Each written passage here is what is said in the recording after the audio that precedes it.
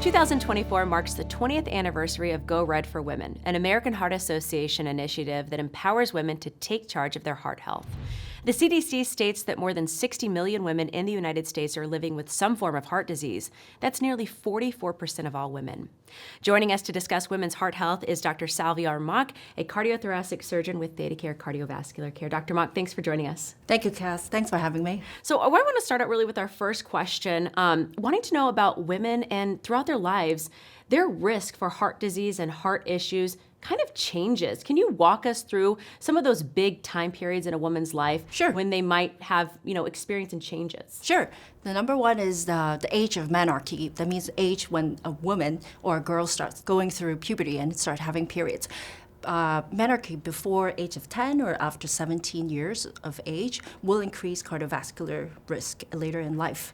And secondly is the use of contraception because of the estrogen level, that will also somewhat increase cardiovascular risk. Then we get into pregnancy as well as postpartum. About 30% of women will go through some sort of cardiovascular symptoms because of adverse pregnancy outcomes. Those are gestational diabetes, preeclampsia, eclampsia, high blood pressure during pregnancy, and even having no children or more than 5 children will increase our risk later in life as well.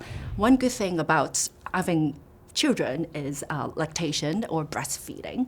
The studies have told us that breastfeeding will have long-term cardiovascular protection in life. So it's not just good for the babies, it's good for the mothers as well. The longer a mother breastfeeds, the longer the effects will be. And then afterwards, as we go through life, at some point we'll go through menopause or transition into menopause. During that time, there's a lot of emotional changes, bleeding habits changes, and psychosocial changes, and also that's a lot of changes in our body as well because of the hormone changes.